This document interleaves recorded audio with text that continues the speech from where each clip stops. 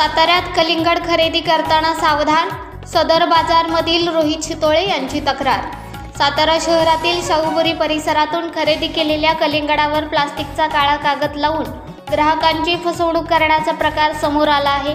सदर बाजार येथील ग्राहक रोहित चितोळे यांनी याबाबत माहिती दिली आहे।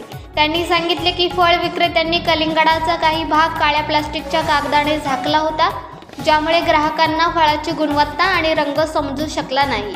या प्रकरणामुळे ग्राहकांची आर्थिक फसवणूक होत आहे। अनेकदा आतून कलिंगड खराब निघण्याची शक्यता आहे, ज्यामुळे ग्राहकांना नाहक त्रास सहन करावा लागतो।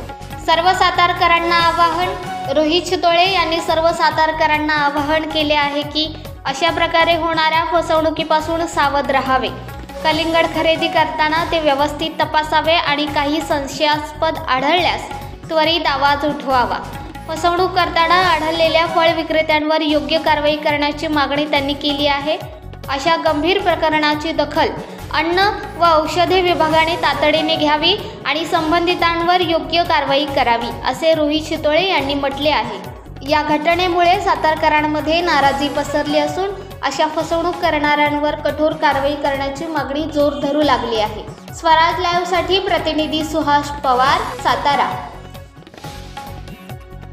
आपण पाहताय महाराष्ट्रातील वेगवान न्यूज चॅनल स्वराज्य लाईव्ह।